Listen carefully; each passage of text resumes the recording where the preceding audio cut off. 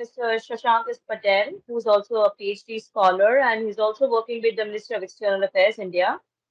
So, Shashank, very good evening to you, and welcome on Kootneeti's another strategic chapter. To begin with this, I would like Thank to you. understand your views on a couple of questions.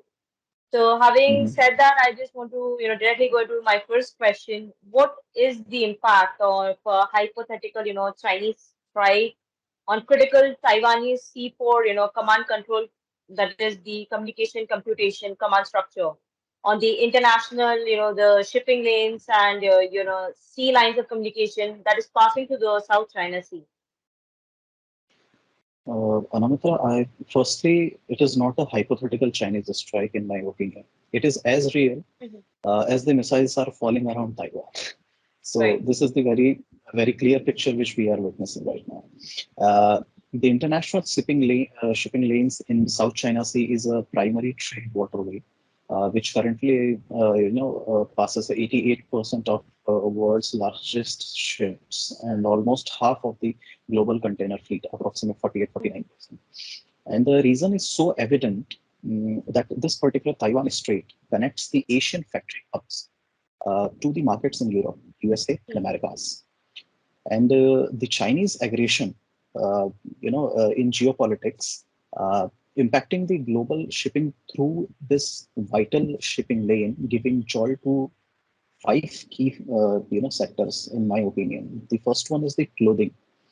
Second one is appliances, mobile phones, third, automobile, fourth, and semiconductors, fifth. Uh, the other impacts is, ships can divert around the eastern coast of the Taiwan through this Philippine Sea via the Illusion Strait. It will add, additional days with risk of safety due to the typhoon season, resulting in the tropical cyclones in that particular area. So basically, China is not only actually crushing the Taiwanese exports, it is disrupting the trade of Japan and South Korea too, because they are supporting USA in this particular street. Uh, I would say, in the alternate realm, as you asked, full or even partial Chinese blockade will simply crush the C4 command structure of the Taiwan.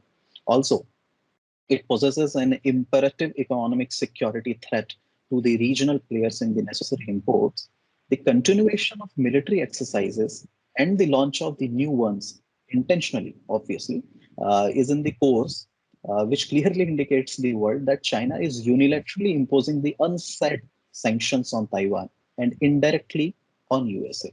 So this particular, the another strike is that in this particular C4 command structure, that China itself make trade through ports of Shanghai, Shenzhen, Ningbo, and Guangzhou in this particular supply line in Taiwan Strait. Hence, uh, it is a certain possibility that it will create a corridor for own commerce to sustain its economy. And this will be the chance for the USA and the allies. Now that you have, shared the economic sector of it and how it's, kind of benefiting in the long run. So do you think that Mhm. Pelosi had kind of, ruffled the feathers of a pro-peace group by, provocating altercation between China and Taiwan? Uh, Theoretically speaking, I believe USA is following the theory of offensive neorealism in the East Asian realm. Uh, to not structure, to restructure the security architecture and strengthen the economic linkages with the key players over there. So I tell you a quote. There is a famous quote. This is a time for speaking softly and carrying a big stick, not flapping our wings. So I'm seeing this particular provocation with a whole different narrative. What Pelosi did is the master strategy which USA followed in the East Asian region. Provoking China at this time is no danger for USA in any sort. First thing, okay. So I'll give you the four particular points out of which we can see this particular visit in a new narrative. First one, the other nation in the biggie combo of Asia, which is China and Russia, is busy in Europe with exhausting capacity. First, which is the Russia. Second, South Korean, Taiwan, and Japanese markets are biggest destination of American imports, leading to the huge trade deficit with East Asia. The second reason. The third, US wants to reshape and renegotiate its security umbrella. with stakeholders in the East Asia after deploying THAAD and other key vessels under the Indo-Pacific Theater Command. Fourth, provocation will force Beijing to officially announce blockade of Taiwan in long term, which gives the another reason to USA for full-scale amphibious invasion. So I see this particular visit of the Pelosi just not to ruffle the feathers of pro-peace groups or the provocation for the altercation between the China and Taiwan. This is the particular strategy of USA under the theory of offensive neoliberalism to establish themselves in the region. So this is the very different thing which the analysts are now actually ignoring in this particular area. As you see, South Korea is an ally of US, but in that Mhm. case, we have seen that the South Korean president is being hesitant on meeting Pelosi over what they kind of portrayed as a Mhm. staycation because of the possible repercussion on the regional relationship with China on the Mhm. account of, diplomatic cheering, USA over Taiwan. What is your view on this? Actually, it is a great question you put here. See, South Korea is the only country in the region who is still mute after the whole chapter of Great Noises ends there. And President Yoon Suk Yeol denied the request of US administration to meet Pelosi in this particular trip. In the planned trip, all the three allies of the USA in this particular region, Japan, ROK, the South Korea, and Taiwan is in the list where Pelosi will meet the representative head of the states.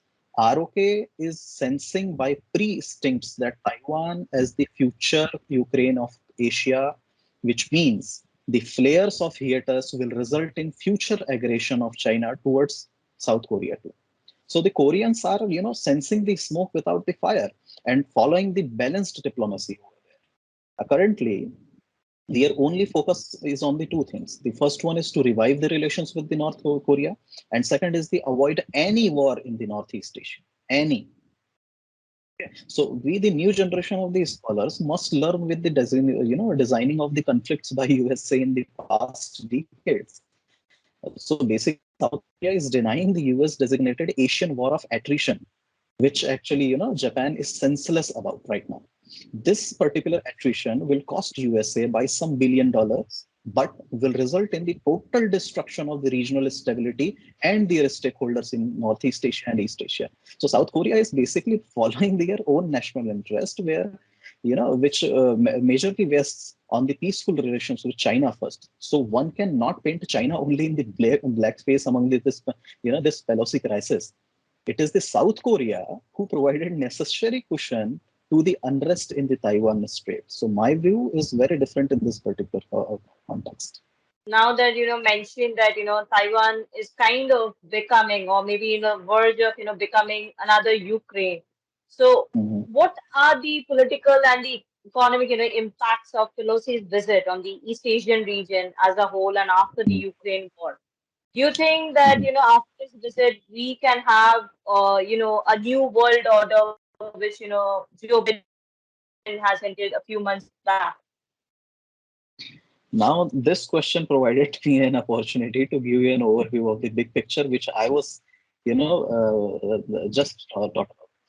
The picture which USA creating from last decade, politically and economically, USA's foreign policies invested a lot to create two cascades of this particular globe. The first one, the partnership for global infrastructure and investment. This is particularly for the Atlantic. And the second one is the Indo-Pacific Economic Framework for Prosperity. This is the IPE for Indo-Pacific. Okay. And these are made to beat the China and Russia both in their own game of geoeconomics. So under the quasi banner of G7, which we just witnessed in 4 5 months earlier, Build Back Better World, that the B3W initiative, which was drafted in 2021, which lost its financing in US Congress itself, deployed G7 countries to fund it.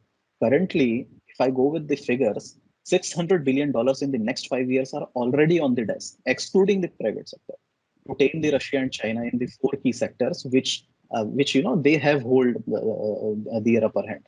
The first one is Uh, I think the first one is climate and energy security. Second is the digital connectivity. Third is health, and fourth is gender equality, which is these particular four aspects which focus in the low and middle income countries. So IPEF is focusing only four pillars where China is dominating, and this particular sectors are supply chains, renewable energy, maritime trade, and the anti-corruption idea. And this is the new world order which you are asking for, and are under the construction as theory of the cognitive constructivism. In our academia, this particular term is used for this type of diplomatic engagements, the cognitive constructivism.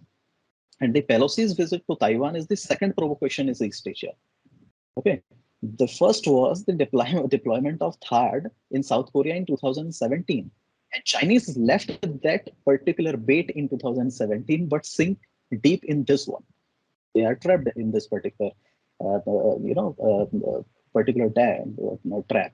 And US knew that the human resources from India, Indonesia, Thailand, etc., will step up and fill the void if China is eradicated in the market with their production capacities. Hence, politically or economically, this particular visit will turn the cards in the favor of B3W, the Build Back Better plan. And the high China goes with in my perception, as the China goes high with their anger in this particular region, the gross benefit the USA-led faction will achieve it. So, by the way, on the apart from this, India will gain a lot from this. Do you think Japan, in this entire crisis, will it retain Hmm. its irredentist attitude over, what we call as the Taiwanese Isles? Or do you think it's going to be a hurdle for Japan to actually support Taiwan in its struggle against the unification with the mainland China, where, we see that there are mutual goals? Wouldn't Japan really want Taiwan for itself too? Now, this is the tricky one. By the way, if I go with the tunes of this particular question, I am seeing Japan getting Manchuria too, which includes the both Koreas and parts of Chinese mainland in the east. Okay, but see the on the very serious note, see the Japan wouldn't feel any hurdle to support the Taiwanese freedom from China, as it will never claimed its so-called Asian co-prosperity sphere again in this particular world. Formosa, which was the earlier name of this particular Taiwan island, Formosa is the past, which has under the in Greater East Asia co-prosperity sphere, and that was the time of the imperialist Japan. So the very idea of expansionism of Japan is lost in the ashes of the nukes of 1945, obviously, and the current domination on the world does not justify with the amount of land you own. Economic reigns is the king of 21st century. So, in that particular platform, Japanese as see the reasons are there why Japan doesn't go with behind the Formosa. That was the Japanese SDF doesn't have sufficient personnel to fight overseas, artillery to engage, soldiers to deploy, young brats for the reserve forces, and the political structure, more importantly, to realign with the war narrative. Japan will never realign with the war narrative again. So one must not forget, current Japan is under the security umbrella of USA, which means its very sustenance and existence is guaranteed by the other party, for which they are paying monetarily right now. So otherwise, the scenario will be the different, where China will hurl their whip on the China on Japan to like Taiwan is witnessing right now. So hence, in my belief personally, irredentism is not the cup of tea which Japan can swallow currently. And if the war happened for Formosa, I'm currently intentionally saying the word Formosa in this particular context, it will be a free country in the future if a war happened under the name of Taiwan only. Thank you so much, taking out your time and, sharing such valuable information, which has been, kind of eye-opening for many of us, including myself. So I really want to thank you, and we look forward to, having you on our future sessions as well. Thank you so much.